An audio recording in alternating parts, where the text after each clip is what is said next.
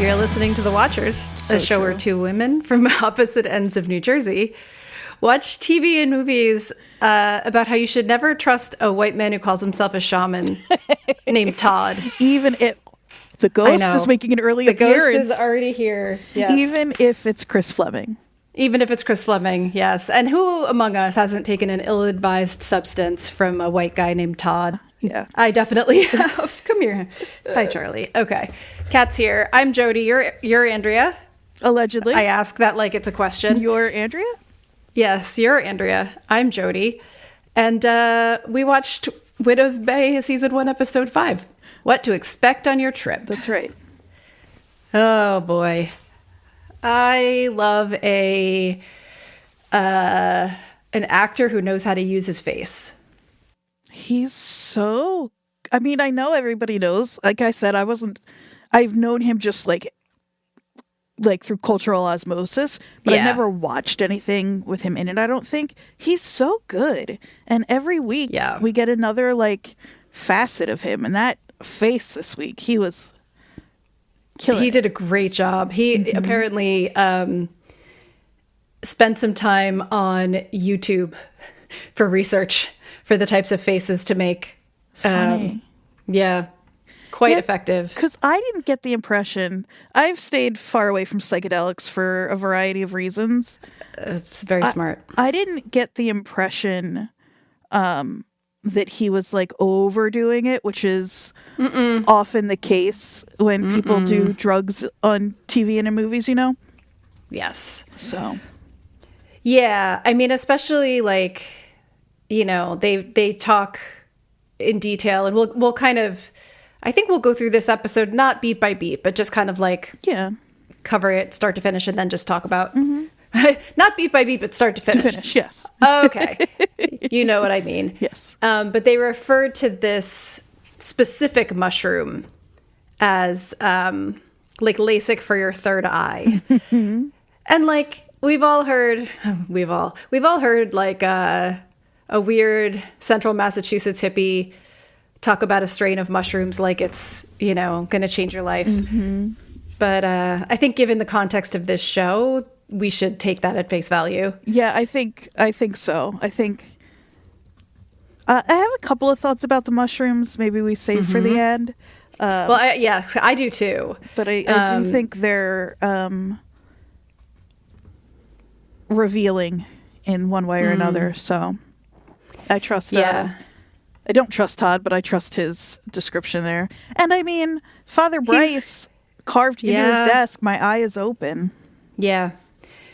Yeah, it's sort of like what we were talking about last week, where like I'm just gonna for now take Patty's stories at face value. Yes, I agree. But yeah, so I thought it was interesting. This episode is directed by Andrew DeYoung, written by Colton Dunn, which was very exciting. I know. And it is much more leaning into the comedy versus the horror until the very end. It's funny. I mean, I agree. It's like bookended with it. Yeah, but there were a couple of genuinely unsettling moments in the middle. But I definitely did laugh more in this episode, like out loud, than I have in any others. And I do think the show is really funny. So that's saying something. Yeah. I think that was more like, this episode can't help but remind you of other sort of like trip episodes of other TV shows or scenes in movies, you know. And many of those happen as a comedic like farce of the insanity of being that disconnected from reality while surrounded by very mundane things. Yes. Yeah. Like a town council or a town hall meeting about a curfew.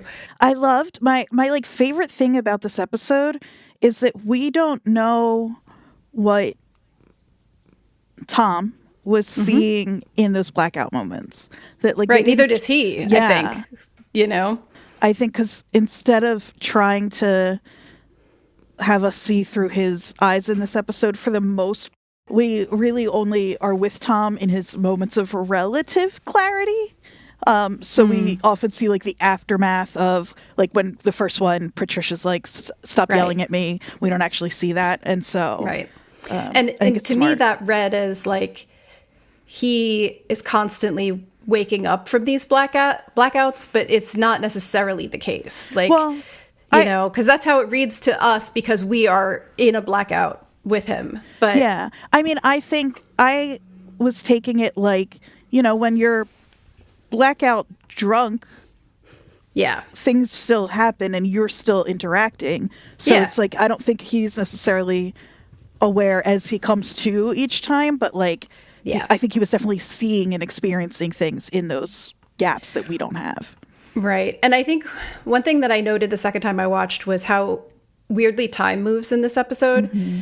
Again, we talked about this before, but like there is a sort of not focus on, but the clock is present very visibly in a few scenes. And I think that because the cuts are so quick, we are inclined to feel like this is happening in a condensed period of time. But of course, it is over about 12 hours. He leaves the office at 9 a.m.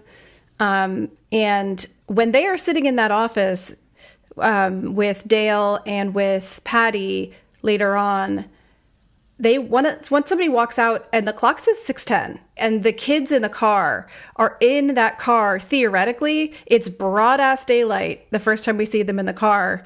And then it's pitch dark. And I wrote down the second time, I'm like, how long have they been just sitting in the car in that same spot? I wondered about that too.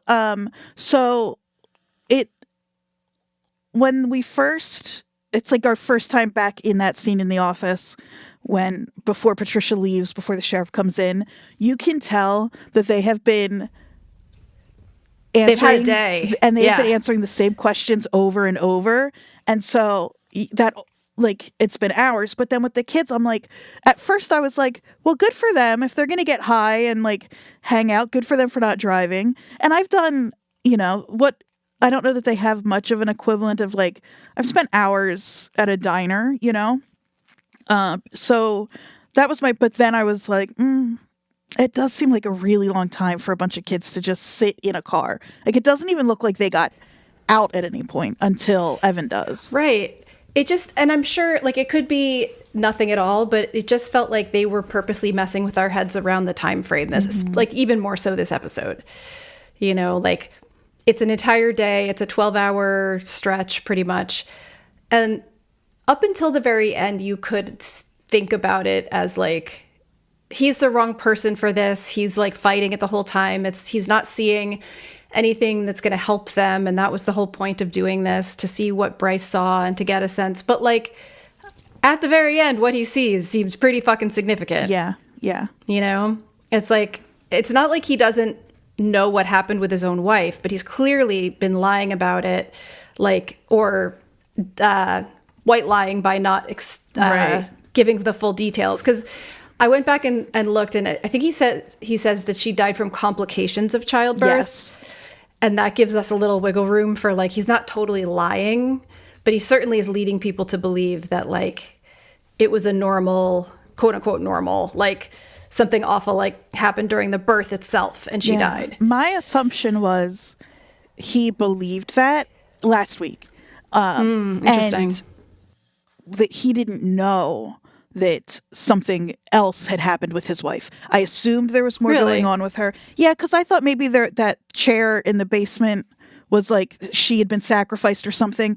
But just the way he deals with the people on that island and stuff, if they were directly responsible for her death, if he knew that, I don't know that, I didn't make it that far with it, but I did think that he's, in my mind, he knows this, but is blocking it out purposefully. Like, it's not like he has forgotten it. It's just like he has told himself a lie that he's sticking to.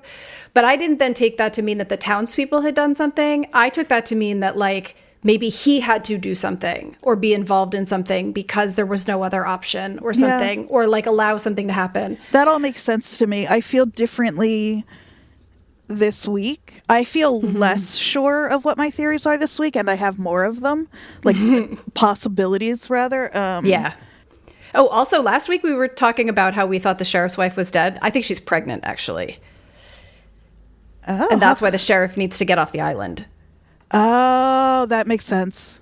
And he was getting her ice cream on the way home. Like, she was very specific about mint chocolate chip. You're so right. Oh, I'll bet you're right. I think she's pregnant, and I think that he is even if he doesn't necessarily believe the curse, like I think they're not from the island, but he wants to make sure the kid's not born on the island. Right. Just for safety. Yeah. Just because why would you do the other thing if you didn't have to? Right.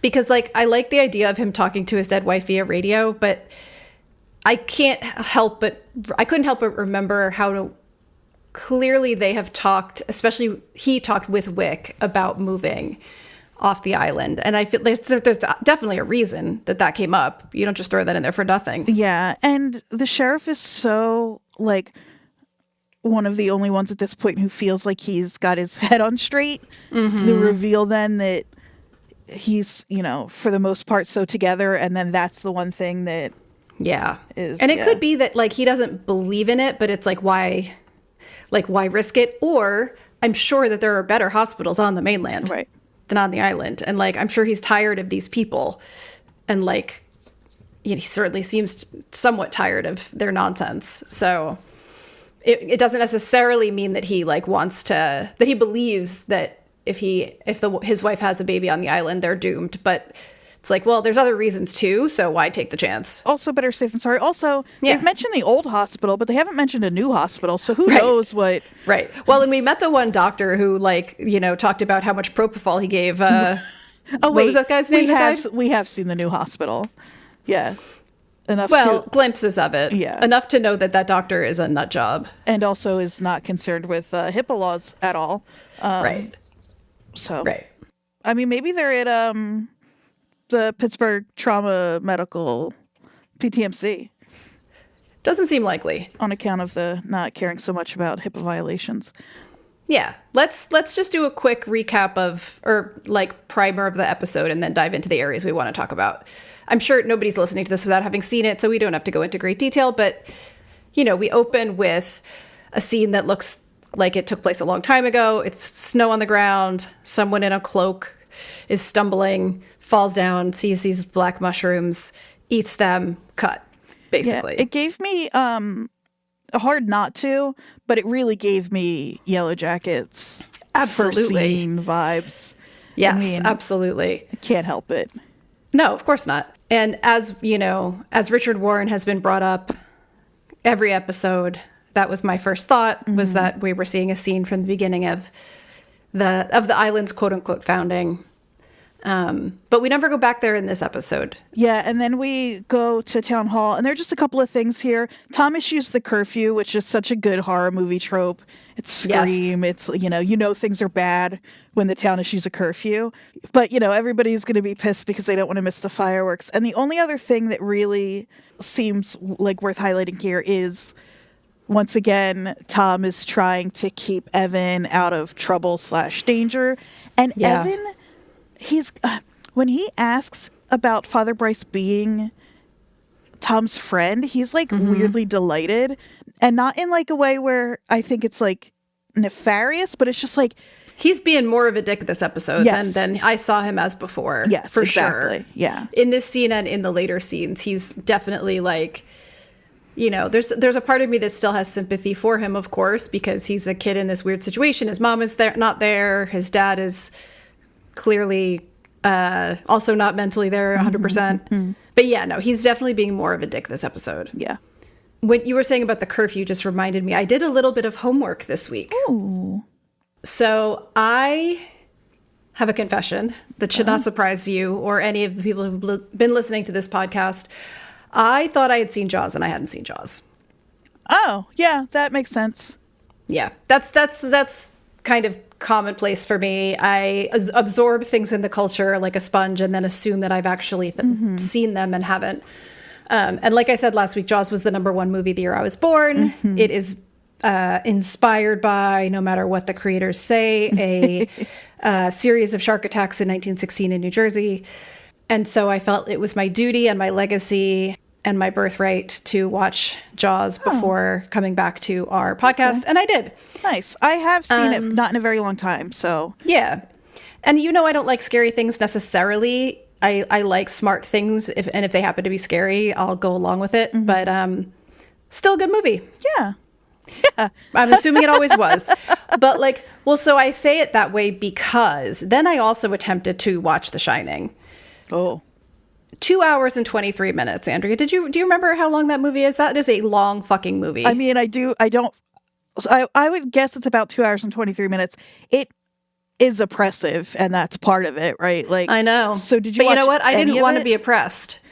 Oh, I watched about an hour and a half, and I was really tired of being oppressed, and I was tired of watching a guy be a dick to his wife, and I was like, you know what? I'm good. Oh, so you didn't even really get to the... I got to the part where he sees the lady in the bathroom. Okay. And then like Yeah, I got great. to some of that stuff. Like I read the book. I've seen pieces of the movie. I don't think I've ever watched that one all the way through either. And I'm not ashamed of that because you know what? Stephen King didn't like that movie either. Yeah, there you go.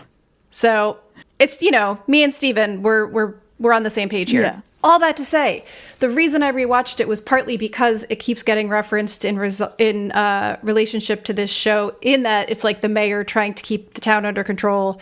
And it's isolated in a less isolated way, but yeah, that's a part of it. And in Jaws, the mayor is trying to keep... not good. Yeah, sorry. And in Jaws, the mayor is trying to keep the town open because 4th of July is coming, and that's when their tourist season really like gets into full swing, and they don't want to lose money. And the police chief in Jaws is the one that is like trying to shut it all down.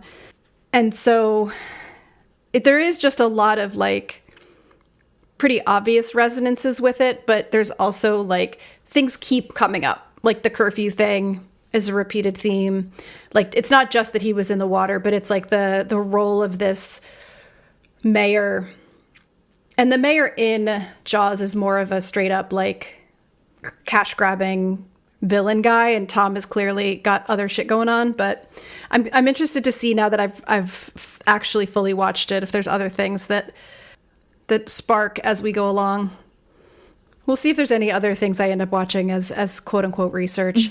We just did Blair Witch not that long. Well, it was 2 years ago at this point, maybe, right, but or a year and a half. But yeah.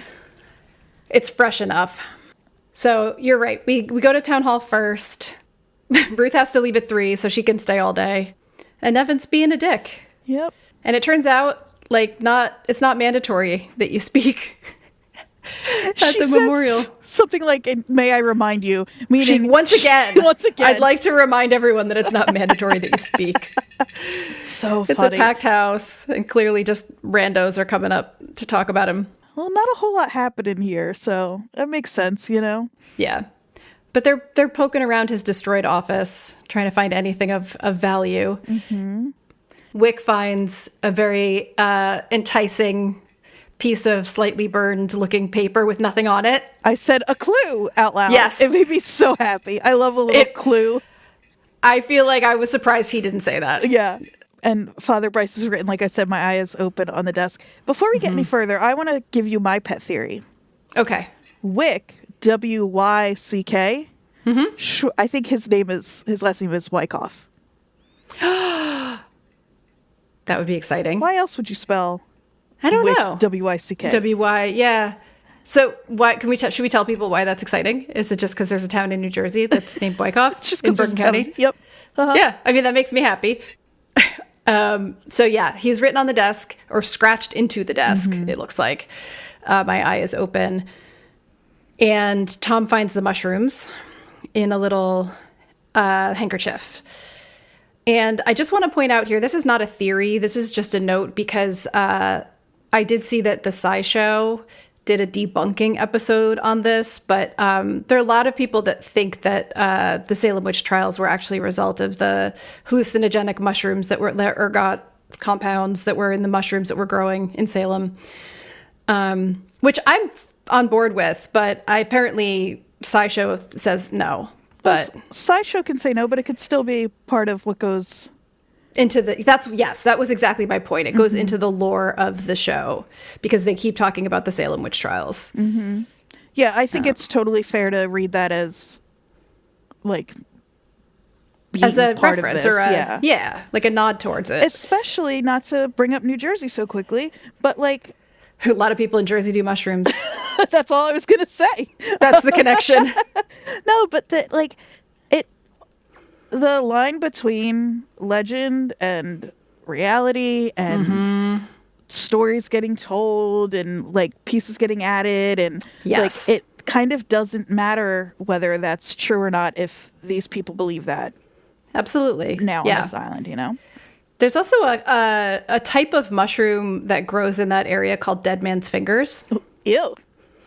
Yeah, they look like little black hands coming out of the ground, similar to the turkey hand or the hand turkey that we see a little bit later. So much to say about the hand turkey. I know. They do. Oh, you looked them up. I was going to send you a link. They really do. Wow. Yeah. They look like little black fingers coming up out of the ground. These are cool as hell. Aren't they? So yeah, there's also that. And it's like, there's a couple of images of it where you could really see it like connected to that drawing of the hand. Mm-hmm. Like, even though those are not the mushrooms we saw in the beginning, to be clear, I'm not saying they were, but yeah. But also, I was thinking too about that reference to black mold in episode 2. Mm-hmm. Like, there's some stuff going on here, so maybe, you know. And also just like mold and fungus and mushrooms, like a lot of people just find that creepy. Like, they have rhizomes, they like communicate, they have these huge underground networks, like... there is something creepy about it. I've definitely read my 2 favorite posts on the internet about mushrooms on this show. But I took a post-humanism class in grad school that I loved. And we did like a whole week on how fucking weird mushrooms. They're really weird. We took a post and transhumanism class and we did a whole thing with mushrooms. And we didn't, you know what I mean? One of them is, but my favorite one is from a Tumblr post, I think, from years ago. I'm studying biotech, and every time someone brings up mushrooms, our current professor will look either extremely excited or pained and go, listen, mushrooms are neither plants nor animals nor something in between. They elude all attempts to categorize them. We do not know what they are. Some are immortal. Some produce life-saving substances. Some are so closely related to humans that eating them may cause an allergic reaction against your own body. I cannot teach you about the mushrooms. That's perfect. Yeah, it rules. Just to elaborate a little bit on what I was saying about the theory, it has to do with... like the ergot fungus that grows on rye bread during like marshy hot weather. And apparently the weather conditions could have been correct at the time for the rye that they were eating to have sort of been infested by this fungus. And then they would have eaten it and hallucinated. It doesn't like... they haven't eliminated that idea entirely, that like it's not that it's impossible, but it's one of those like... it's a single bullet theory, as they say, and it's never just that. I mean, and that erases the inherent misogyny that has so much to do with, could be both. Right. Yeah. There's an interview on this like chemistry website that I found with someone who researched the origins of this myth or this theory. And she said, if you ask me what's to blame for the Salem witchcraft trials, it was the credulity of the magistrates who were arresting these people, putting them in jail and putting them on trial. And the chief magistrate, William Stoughton, actually really promoted this to the point that my own ancestor, Rebecca Nurse, was found not guilty by the jury, and he sent them back twice until they came up with a guilty verdict. So, like, there's also misogyny. Mm-hmm. Yeah. Our podcast could kind of be called There's Also Misogyny. There's also misogyny, yeah. But I wanted to mention that only because... just because the theory is debated or even has been basically like pushed aside doesn't mean it's not in the ether. Right. Like exactly. Many things. Exactly. So Tom goes to like make a phone call and notices, and then immediately feels guilty because he realizes Bryce has called him a couple of times. But then he's also called a random other number he doesn't know. And this is where I texted you, or immediately afterwards, in all caps, Chris Fleming, Chris Fleming, Chris Fleming. I love him so much. I love him as Todd, the shaman. The slow reveal of him is so good. Oh, it's so good. You get the voice, and then you get one lanky leg. Yep. He's so like, he really pulls off this like very self-serious stoner drug dealer type who like is really convinced they've got the secrets of the universe figured out, and they're gonna like dole them out to you. Yeah, when Patricia's like, is that cocaine? And he says yes, it like doesn't occur to him that that he's not a shaman. He's not just saying that to like I was just going to say then, just in that moment, though, when Patricia goes, Todd O'Connor? Because it's right after he says, they show him the mushrooms, and he says, oh, hello again. That is a brutal fucking ride. Damn, Papa. And she just goes, Todd O'Connor? But like, she goes, yeah, hey, Patty, how you doing? Of course, everyone knows each other. Everybody. It's a tiny little island. My favorite thing about this whole... No, not my favorite thing. I know it's actually probably a very slight continuity error. Very slight. Okay. But every time they cut back to him on the sofa, he's lounging a little bit differently. I don't think that's not... I think that's intentional. I think that's Chris Fleming, because he cannot keep still, like throwing in a new pose every time. It reminds me of those like videos of the cat where every time the person like turns away, it's a little closer. Yeah. Mm-hmm. That's what it reminded me of. Yeah. But he's very familiar with these mushrooms, as is his friend Bry Guy. I love this story so much. He talks about him the way I talk. It's just like when he's like maniac, great guy, kind of like that juxtaposition. Yeah. And you think you're getting one thing. This is the thing that the more comedic moments in this show and in other things that Katie Dippold has written for do so well, is they like... The patter is very fast. You're kind of taken along. You're like, oh, this is amusing and funny and blah, blah, blah. And then there's a turn and it's like, whoa, wait, that was ridiculous. Because he's talking about this friend, Brian, who took these mushrooms. He says, Brian saw something on his trip that changed him completely. He encountered something he wouldn't talk about, but he chilled out majorly afterwards. Stopped getting in fights, stopped yelling at his girl. She had to feed him, though. He lost some pretty major motor skills. Happy guy, though. Just hard for her to get him down at night. Yeah. I was cracking up. So hard to get him down at night is a great line. Yeah. I bet he chilled out if he's a baby now. He's a vegetable now. Yeah.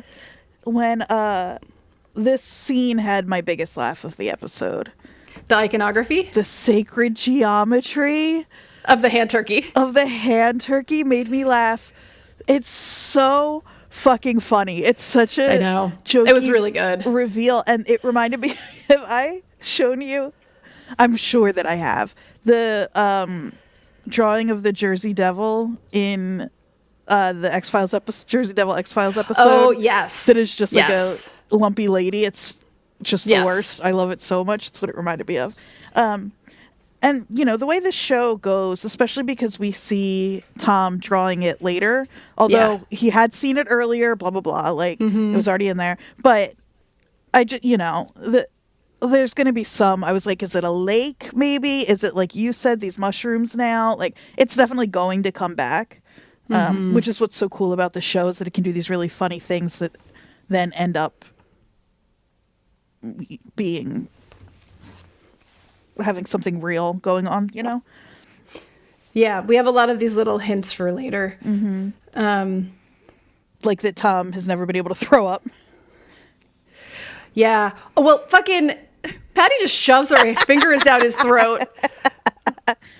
Oh, speaking of Patty, just I want to point out, because this has been said on other podcasts, this is not original to me, but having just watched The Shining or attempted to watch The Shining, Patty is 100% dressing as his wife in The Shining.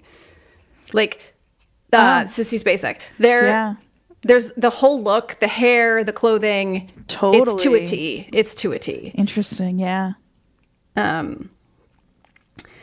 I wanted to note that the Peace Center that once Tom has accidentally ingested the true sight mushrooms that they take him into, not iguana notwithstanding. Bridget, she's got some wanderlust.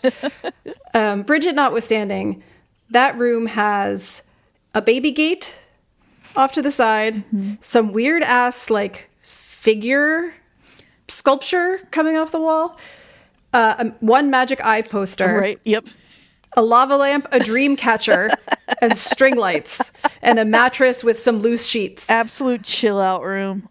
It's like my basement in the 90s. Fucking nailed it. Yes. Absolutely. Yeah. Absolutely. He's got a Himalayan salt lamp in the living room. Yeah, sorry, I missed the salt lamp. How could I? Yeah. I mean, that wasn't, oddly enough, didn't make it to the Peace Center. Yeah. No, and he's got lots of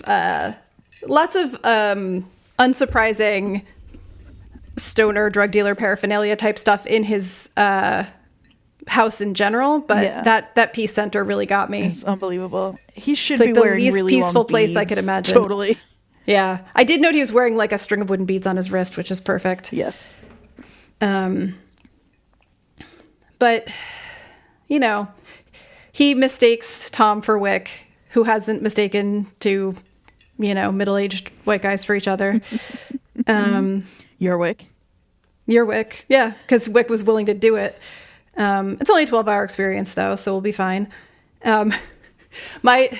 My first out loud laugh of the episode was when he said to him, "Just don't look in any mirrors," and then closes the door. And there's a mirror on the back. The show is so good at those. Just the like. I snorted. It was really perfect. Funny. Yeah. Yeah. What a show. Oh my god. And then where are we? But this starts our chopping around, right? This starts our Tom blacking out and waking up in other places, so to speak. Yeah, because Todd can't hang around because his girlfriend's cat has absconded. Absconded, yeah. So yeah, really, you do not want Patricia and Wyck as your trip babysitters. Oh my god! Not the ones. You know what? I would actually be okay with Wyck, but Wyck is not sticking around. Wyck has to now he thinks Tom is out of commission. He's got to go take care of himself. Right. But I feel like Wyck has some wisdom that I think I might find comforting. That's probably true, and he'd be so even. I would just touch his beard the whole time, and I would trust that if a demon came to get me, Wyck he'd could help. Yeah. Exactly. Yeah, Patricia, on the other hand, as much as I love her, I don't think she's the person I would want around if I was tripping. No, she's not the one. Yeah, we get, like you said, I don't know that we need to go back and forth between every scene, but, you know, while Tom is having his baby's day out, his, Evan and his friends are in that car like we talked about, doing the very Jersey, sharing smoking weed in the car and daring each other to do shit. And the urban legend they're telling, you can tell it is a real urban legend, but they're adding things to it as they go, and it's just so good. You know, at some point one of those kids is going to have to go knock on that door. Why don't we talk about Tom up until he goes home and then come back to Evan and his friends, and then they meet up at home? Okay. Yeah. Because like you said, Tom is having his baby's day out, and we get him kind of popping up or coming to consciousness in a number of different places. One is the car with Patty. He's hearing weird noises throughout this time. The sound design in this episode is incredible. Mm-hmm. There's so much going on in that. It reminded me of listening to the Smoke Monster over and over again. There's some there's definitely some train noises in there. There's some ocean sounds. I heard a bird. I think it's all it would make no sense for there to be train sounds, but that's what I heard. Yeah, so he's in the car with Patty. Clearly they're mid conversation, and this is when we realize that he is just losing time. Mm-hmm. Then he's in the office with Patty and Dale. Scariest moment of this episode. With Dale's face? Dale's face. What the fuck? Yeah, but Tom's got his organizer. He's all right. He's going to hold on to that. He's hugging that organizer the whole time. It's so cute. Yep. Patty's over it already. I got to say, if I was that high and Ruth came and stared at me, I know, I would be under the desk. Yes. Yeah. There's something about her that is she's seen some shit. Mm-hmm. Maybe that's why she just keeps going home early. She's like, this place is, I've done enough. I wonder if, maybe there's some stuff going on with Ruth that we're overlooking because it's so funny that she's so it wouldn't surprise me. Her job. Yeah. Then he comes back to in the town meeting where everyone's yelling at him about the curfew. Did you catch when we come back? When he comes to, right before the lights come all the way on, the guy who's yelling is buffering. He's standing, kind of shaking back and forth. And I know it's on the surface this is Tom's brain coming back online. But it was, whatever the reason, it was so spooky. There's so much weirdness happening with everyone else too around Tom, and you kind of have to wonder if it's his perception or if something weird is happening to everyone else as well. Yeah. But Yeah, that definitely Dale with the no eyes and whatever he's doing with his mouth is really rough. I think it's a practical. My guess is it's a practical effect, and it is a very detailed why can't I think of the word? Mask? Like prosthetic? Prosthetic of Jeff Hiller's face over top of his face. Because, yeah, it is so unsettling. He also comes to in... I don't want to leave the town meeting yet, because two things happen here that I think are really fun or interesting. Number one is the maintenance guy that comes in and talks to the trash can about how full it is. I loved this. I was like, what's happening right now? But it made me laugh. And then the other one is that written on the board is, when I turn around, everyone close their eyes. Spooky. Which is like, what did we miss? That's the whole thing. What did we miss? Uh-huh. And throughout this time, Tom keeps asking where Evan is. He wakes up again in Rosemary's car. I was like, here we go. Yeah, he's been handed off to Rosemary. Patty's had enough of his questions. Rosemary, I don't think it's, maybe I'm looking for a reference around every corner now, but the fact that her name is Rosemary is telling me something. I mean, Rosemary's Baby, Sacrifice, Children, I'm an idiot. Pregnant I was Women. like, like the Brian Fallon song, because he's from New Jersey? You're probably right. Yeah, I guess Rosemary's Baby makes more sense. Like the classic movie Rosemary's Baby, where they sacrifice children that for makes the way more blood. sense, actually. Yep. Got it. So I think we're going to get a Rosemary backstory at some point. That ash on her cigarette being so long on the interior side of the car while she's driving. I know. Man, did that, made me homesick, Yep, I do. But she's got to stop for her scratchers on the way home. And again, he's totally doing stuff without realizing it. He's apparently already moved the car once. He's already the car again. Had a some sort of moment where he broke the door of the milk case and left a shoe. That's my loafer. The like lean into zombie run he does. Yes, is so it's good. Great. It's great, and the look on the clerk's face, so fun. But yeah, I also want to just mention, because I kind of missed this the first time, but it's like the next day after the last episode, because the sheriff has asked Patty to come down to the station to give a statement because people are considering suing. So a bunch of people woke up in the sea last night. Great line. But yeah, so to kind of bring Tom to the point where Evan comes home, and then we'll kind of go back to Evan. He's with Rosemary. This happens. And then the next thing we see is with Tom. The next thing we see is Evan and his friends pulling into the driveway and seeing Rosemary and Tom standing there like two zombies waiting to eat them. That is the vibe I got as well. Yeah. And so we'll come back to that point where they where they intersect again. But let's quickly talk about Wyck and Jerri, who I'm now hoping have who are reunited by this adventure, because they clearly were like high school boyfriend and girlfriend. Yes, it's so sweet. That little and smart of the show to give us that little backstory for the two of them in 3 sentences. It totally, we got it immediately. Her dad didn't like him. He was too chatty. Yeah, he kept her out too late. She's also a math teacher, apparently. I couldn't tell. I was like, that is the most specific description, where I was like, is she? Yeah, I love that image. I love her putting on those white cotton gloves and getting out the brush and the dust to reveal the writing. What a dream for her too. You know what I mean? Like, that's all you want job. when you're Put me in a historical society with some old papers and some a dusting brush. Yeah, I would be so happy. Amazing. Actually, the reality of that, though, is that one of my friends works in conservation at Brown, and half the time she's handling Nazi paraphernalia or cool. racist. Right. Because those things get collected as well by libraries. But yeah, so there's a reveal that the paper that was in the Reverend Bryce's house that looked blank is a page from Sarah Warren's diary, the second wife of Richard Warren. Second wife, yep. That's like, this place is going to murder me, including my husband may kill me. Haha, just kidding. He's right here. Yeah. That was Yep. entertaining.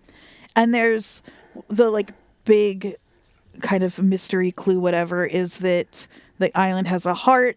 He wears it in a cylinder on a necklace. We have no clue what that is at this point. Right. And at one point during Tom's trip, he is looking at the painting of Richard Warren, and you can see it around his neck. At some point during the second part of this conversation, when it's not just Wyck and Jerri anymore, when Patricia is there, Tom comes back too and starts yelling about his son. And this is one of the most physical comedy. Like, this is what I mean about Matthew Rhys in this episode. Good, yes. But Patty has him on a leash, like a retractable dog leash. Use your crayons. Use your crayons. And the way that he tries to slink out of the room. It's pacey when he's got something he shouldn't. Yeah. And then dashes and pulls the leash. And she gets dragged behind him like a cartoon. Yes, exactly. It's beautiful. Oh, perfect. It's beautiful. Perfect show. But yeah, so it seems to me like Wyck would like to dig up Richard Warren. Because he mentions that he was probably buried with it around his neck. Does seem to be the next step in this process. Which I don't think digging up a grave is probably ever a good idea on a creepy New England island where you might be being haunted. But what do I know? Yeah. Should we go back to Evan? Let's go back to Evan. And PJ. He's not a good boy. PJ sucks. Yeah. This was so Dazed and Confused to me. Funny. Dazed and Confused meets like Weird New Jersey. Because they're all just kind of sitting around giving each other shit in the car, getting high. Time seems to have no meaning. Yeah. But they're telling stories to these off-island girls that they're trying to impress about the boogeyman. Yeah. So keeps coming back every episode, this boogeyman. They're sitting in front of a house that looks like the Michael Myers house. It's like a mini Michael Myers house. Yeah. Which I also want to remind people that you said last time is like based in it's not based in Haddonfield, New Jersey, but the town is based on Haddonfield, New Jersey. The town of Haddonfield, Illinois is directly based on Haddonfield, New Jersey. One of the screenwriters of Halloween grew up in Haddonfield. So yeah, again, another kind of in the blood reference here. We get more and more about the boogeyman every week too. It's not there's a lot of info this time. Yeah. Apparently he would call and hang up, which is another like urban legend that has appeared in many. Yeah, it's appeared in many horror movies, but there's a few very New Jersey specific ones that came to mind. I was trying to find the old episode of New Jersey is the World where Chris talked about that really awful one. The really sad one. The really sad one. Yeah. I think you're right. And it did make me think of those specific ones where I'm like, the boogeyman, clearly bad guy. But I wouldn't be surprised if we find out he's got some tragic backstory. Yeah. But they dare Evan to go into the house.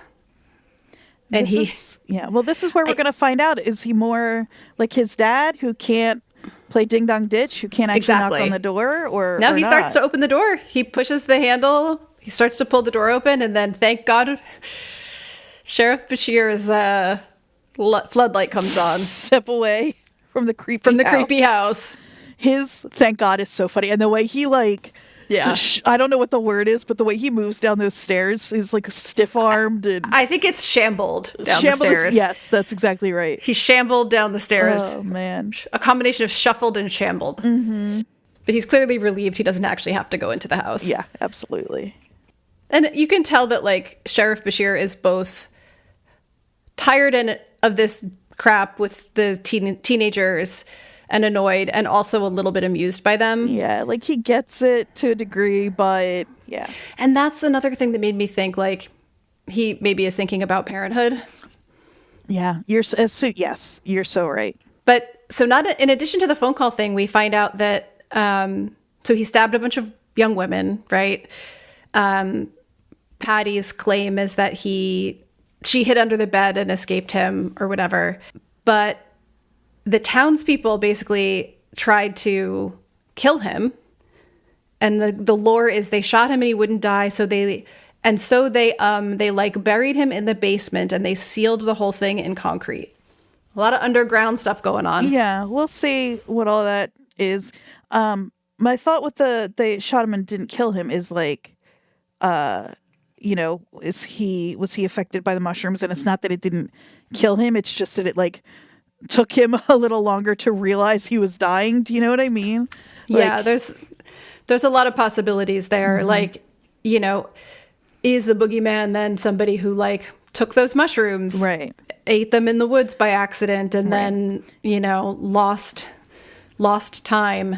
And I don't think that everything in this show is going to come down to everybody's on mushrooms, though that is no, me neither. Like that there is a show where that is the explanation, that it's like generations of people affected by these like super specific mushrooms. But to me, it's more that the mushrooms are like a physical manifestation of the evil that lives in and under the island, just growing out of the island itself, like dead man's fingers. Exactly. Yeah, I think so too. We can't ignore one of the other out loud laughs I had in this episode, which is when Sheriff Bashir goes to let Evan go. He says, "Please don't tell my dad." And he says, "Fine, go ahead and get out of here." And he says, just while I'm walking away, can I just yell "fuck you, pig" for the girls? You can kind of see the sheriff debating. Yeah. Like, you really think he might let him. Yeah. But he says, "No, the fuck you cannot." And then after Evan walks away, you see him laugh a little bit. And Evan's stumbling. Yeah. The like fall from grace of being the like, oh shit, he's going to go knock on that door. Look how brave he's being. To like, yeah, man, Shakespearean. What a beautiful fall. But that brings us to their reunion at the house. All the stoned kids drive up in the old Volkswagen, excuse me. I know my cars. That is not a Volkswagen. Wow. That is a Volvo station wagon. I combined the words. Volkswagen. Yes, no, it is a Volvo station wagon. I am aware. In high school, my friends drove one of those and they got into a high-speed collision that could have killed them, and it didn't because of that car. Wow. So, yeah, like the police were like, "You should have died." Wow. But the car is like a steel box. So if you're gonna drive, here's my tip, kids. If you're gonna drive around stoned, do it in a really good car. No, don't do that. So Evan comes home. We have one last real bit of physical comedy from Matthew Rhys. It's so good. They let it go on so long. The fact that they let him do the full loop around the car is so good. He's like stuck himself to the car. Yeah. Just like, I just wanted to I know that this would defeat the purpose, but I really wanted to see what exactly he was seeing inside the car. Because you can tell he's looking for his kid, but he's also like, and he is aware that his kid is in the car. Yeah. Because he's already yelled at him. But like, it's just so, like, what weird distorted version of what's actually in there is he really seeing?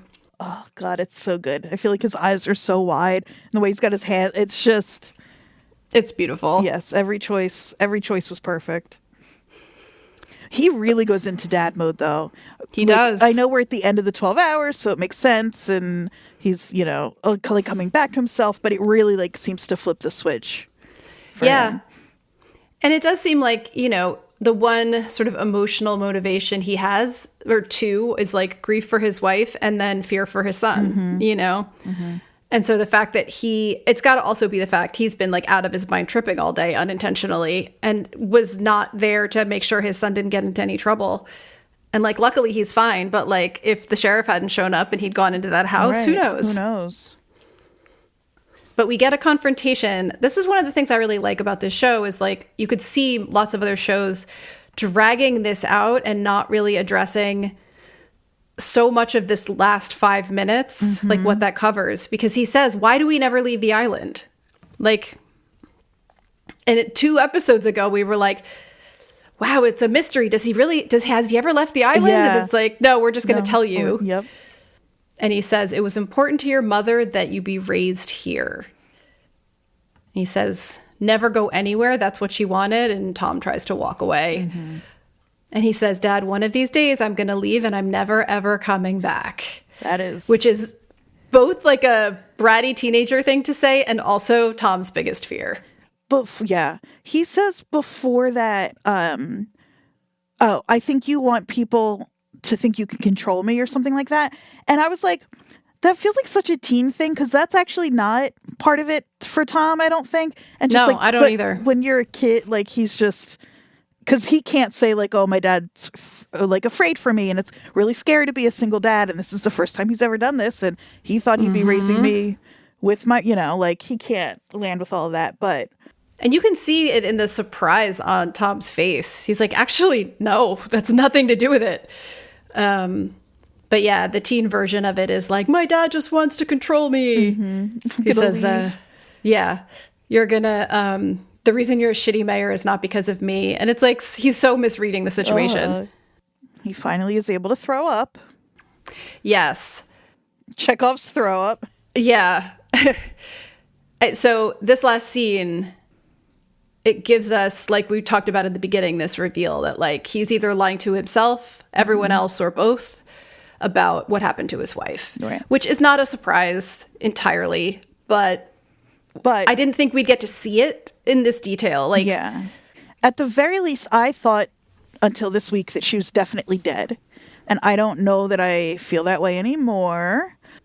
I think she's dead, but I think that they had to like the people of the island had to do something because of the condition she was in. Well, I wonder. But yeah, either way, possible.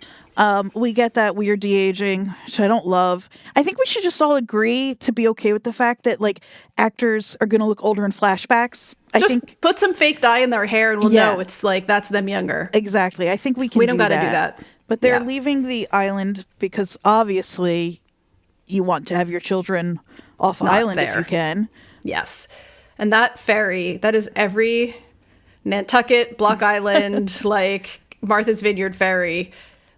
I feel like you could almost hear the sound of like the engine of the boat in the background. Mm-hmm. But she suddenly can't see. Yeah. So they have to turn it around. Because she's not getting off that island to have that baby. Nope. And you kind of wonder like, okay, where along that trip were they then when that happens? Because like where's the... You would think the actual response would be like if they're halfway or more, they're going to the mainland because that's where the better medical care is. But no, they go back. And we find out that she makes it through the birth. The kid is okay. And the doctor is like, just give it some time. And we see the reveal of her is... Holy shit. Such a horror movie moment. Such a horror movie moment. She's of her sitting up in bed. Yeah.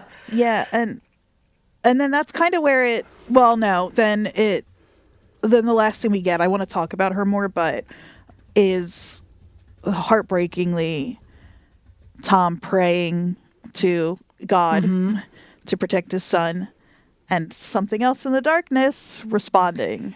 Yeah, he's staring out into the blackness outside the door, which is where he had been seeing that vision. And then we get one of the funniest needle drops I think I've heard in quite a while. This is a very Yellow Jackets vibe needle drop where you're just like, that is the funniest thing you could have done in that moment. The funniest song they could have picked. Yeah. Amber. By 311. I could just see like, Todd O'Connor sitting there like... That song really speaks to him. Yeah. Yeah. It's got deep, deep meaning. Yeah. Absolute like cackle that really, really got me. Yeah. So yeah, I said I'm not positive that his wife is actually dead at this point. And it's a small possibility. Like I said at the beginning, they're not really theories. They're just, especially because that mention of the old hospital and the fact that it's okay to drive by, but you can't go in. I'm like, I don't know. Maybe that's interesting. Like, maybe we're keeping people who've been really fucked up by the island in the old hospital. Like that's an interesting idea. It hadn't really occurred to me, but yeah, the mention of the old hospital does make you wonder. Like, is it just the place is haunted, or is it like shit happens there that we're not supposed to know about or see? Because it's feeling like this island is the version where every story we learned about from Weird New Jersey is real here. So like, yeah, the old hospital shouldn't, maybe isn't just spooky because it's an old hospital in these stories, but because there is something going on there. Although if this was Weird New Jersey, there would be Nazis in that basement of the hospital. But it's also possible. You never know. Yep. No, but that's interesting. Because to me, I immediately went to, she survived childbirth, but like I said, they had to sacrifice her or something. Right. I think because of the chair in the basement. I do think there's some sacrifice stuff going on. But at that point, Rosemary's Baby. Yeah, I want there to be some sacrifice stuff happening on the show. It would be odd to me if she weren't one of the people sacrificed, if there's some sacrifice stuff going on. Oh, yeah. So, but then also I'm like, but I still don't think either Tom doesn't know or, like you said, has blocked it out. That kind of... So it's one of those, like, he doth protest too much. Like, the fact that he is so... You guys are crazy. There's nothing wrong here. For the first couple of episodes, anyway, to me is a little bit of like, he's so anti this that it almost says to me like he believes it and like isn't willing to. And so he's kind of going the opposite direction. I do think he believes it. I think if he knew that his wife had been sacrificed and he were somehow part of it, this show wouldn't be this show. Like, I think it must be, if that is what's happening, that it has been repressed or whatever.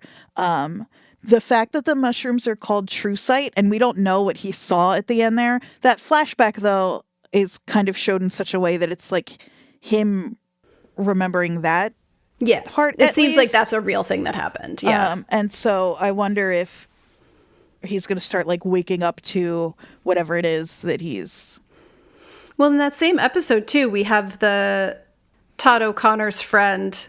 Is there something to this like almost vegetative state that people end up in? Right. You know, is that a connection or not? It's hard to say, but like, yeah, I don't think that this is the kind of show that is going to make us really care about Tom's love for his wife and then have him have murdered her. Yes, I agree. I think that's maybe part of what you're trying to say. And also that like they're not going to make us care about a person, show her pregnant, show her with him in that gauzy light, and then have us watch her be sacrificed. So I do think that it's more likely that like, I think it's more likely that, because that's a line that's very hard to walk, right? Like you can talk about sacrifice in sort of a witch trial legend sort of way, but you have to be careful with the jokiness of it. And that's a weird tone that I think like we're talking about murder and all of that stuff, but we have yet to see anything really traumatic happen to anyone. And I think that like they're going to be careful about where that line is, because you don't want to lose the thing that makes this show really special, which there's many things, but one of the big things is how deftly it's handling the balance of comedy and horror. And so I do think that, you know, the way they handle his wife has to land in that sweet spot. Yeah, I wonder between the two. And I am really curious as to how that's gonna, because I think that if you really want the laughs to still be there, she has to go some other way. Right. Like she has to either like still be alive somewhere so we don't have to worry about them murdering her, or she dies not at the hands of like the townspeople or him or whatever. Yeah. There's like a version of the show that I wouldn't mind necessarily. It would be a little sweet, but if like we find out that she is still alive in the old hospital maybe, or not, whatever, they somehow break the curse and then she gets to come back to... Yeah, I mean, we have been seeing like a good amount of... For a show that has short-ish episodes and has a lot of characters and a lot to do, we have seen her a good amount. Like that actor is not... we're not just seeing her in these like faded, gauzy, like, you know, memories that feel like history. Like he's in the present interacting with her, it feels like. Yeah, the first time we see her is when the hag episode, she's in that house with him. I mean, it's a hallucination or whatever, or a dream, but like you said, it's not just in flashback. Right. Yeah. That's a really good point. I think that like a guiding thought that I'm prescribing to myself right now for how to think about the possibilities for where this show is going to go is like, what would Weird New Jersey do?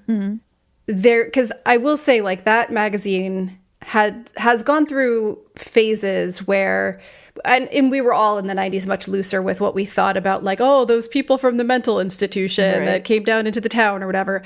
But like the Mark and Mark who run that magazine, like, have a very like good spirited love of the state. And I just think that they're not going to, in that spirit and in the spirit of like these wisecracking shows like Parks and Rec that have the biggest heart ever, like I'm going to keep that in my mind while I'm thinking about it.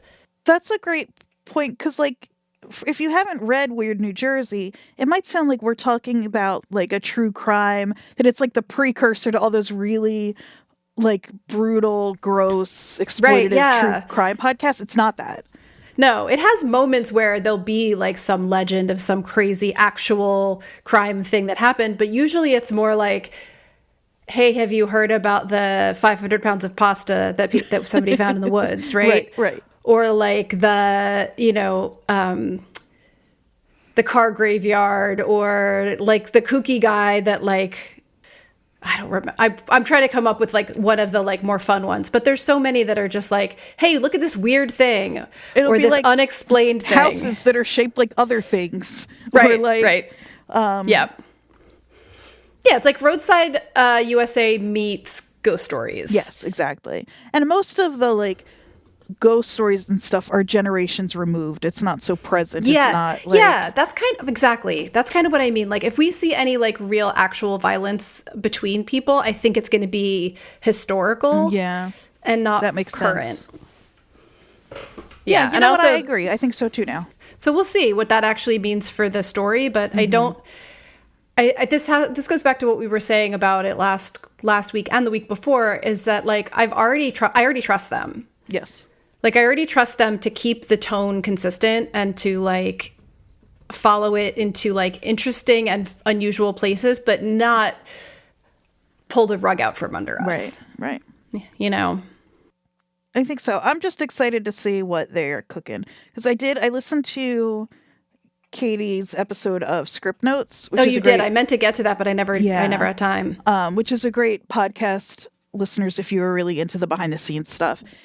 And one of the things she said was like she knew the beginning and the end and some beats in the middle, and then it was really in the writer's room where they fleshed out the jokes and the like in between stuff. But the fact that, according to Katie, she knows where it's going makes me even more trusting of like, I'll just go along for the ride, because it's not that they're not like going to write themselves into a corner that they have to like find some way out of. They're just writing toward the thing, the story that she's wanting to tell.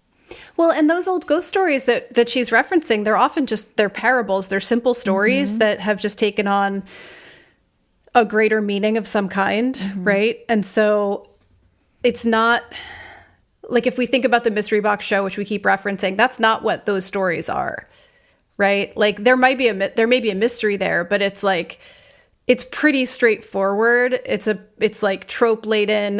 And so it's more like, how do you play with that so it doesn't get dull immediately? And it doesn't seem like what she is doing to do that is throwing in a bunch of red herrings, which would annoy me. And I'm glad that it's more like acknowledging that these ghost stories are tropes and are cliches, and then talking about why they're there, right? Because like he is a grieving, even though his wife died, however, 17 years ago or whatever, he's like a widower, and there's like, I don't know, there's all sorts of like quote unquote, like these cliches usually have a lesson behind them, right? Yes. And I don't think they're going to be didactic about that, but I think they're playing with like, what are the histories here? What are the lessons that these people need to learn? What are they hiding because of the things that they are not like dealing with?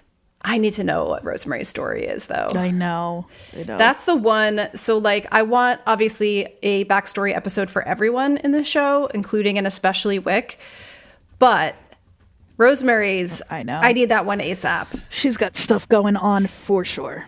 She was not fazed by anything. She was not fazed by fucking Patty with her incantations. She's like, I didn't understand a word of that. And it's like, yeah, but you didn't really flinch at this woman with an like bloody antlers on her head, basically putting a spell on everyone. Well, she told her to be supportive.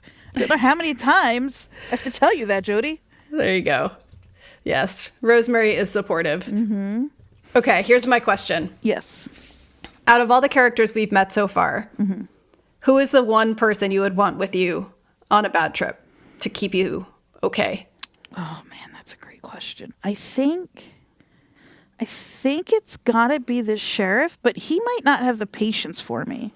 I know. He was my first thought, though.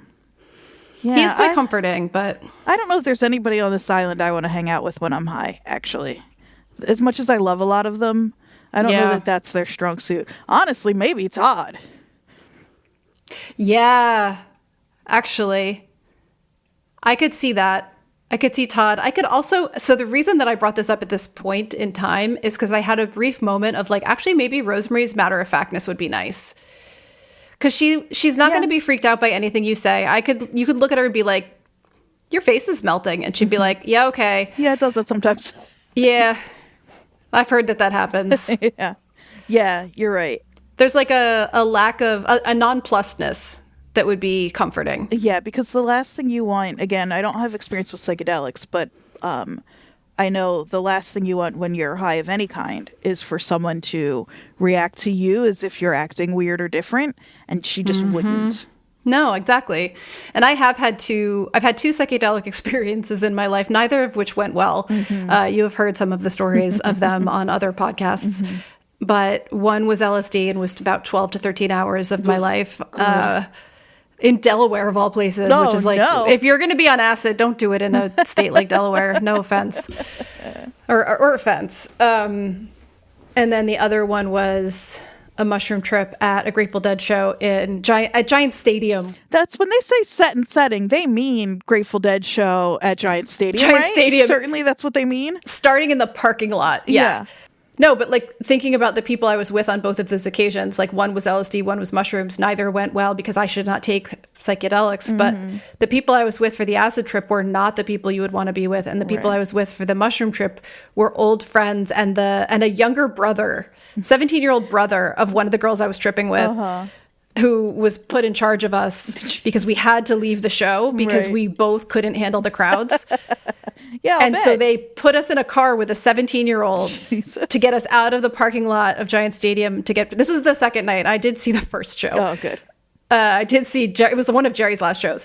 But her 17-year-old brother drove us back to the hotel and watched us for the rest of the night. But he literally he tucked each of us into one of the two hotel beds. He turned the TV on for us, something like really non-threatening. And he just kind of like sat there hung out and had a good vibe. So, yeah, shout out to that kid, whoever he is, wherever he is. I hope he's doing well. He's probably 40 years old right now. Because I was 95, so I was 20. So, wow, he seemed like a little kid. I was 20 years old. Those 3 years between... The 17 to 20? Yeah. Huge difference. So, anyway. Really good stuff. Don't do drugs, kids. Or do them, but do them with, like, the proper... responsibly. People around you that you trust. And we say that every week here. Yeah. Don't do drugs, but if you do them with the good people around you that you trust. Yes. Easy to, remember. Goes. Yeah, as the old saying goes. Just one thing I want to point out. So obviously, I don't know if we said this on mic, we're getting 2 episodes next week. One that's a history episode and one that's in the present day, we think. I am wondering, because of what happened with episodes 3 and 4, where Sunset Cocktails is mentioned, and then the next episode, we see Patty's experience at Sunset Cocktails. Tom has been trying to stop the fireworks from happening, and we do see the fireworks going off when he is in his bathroom throwing up.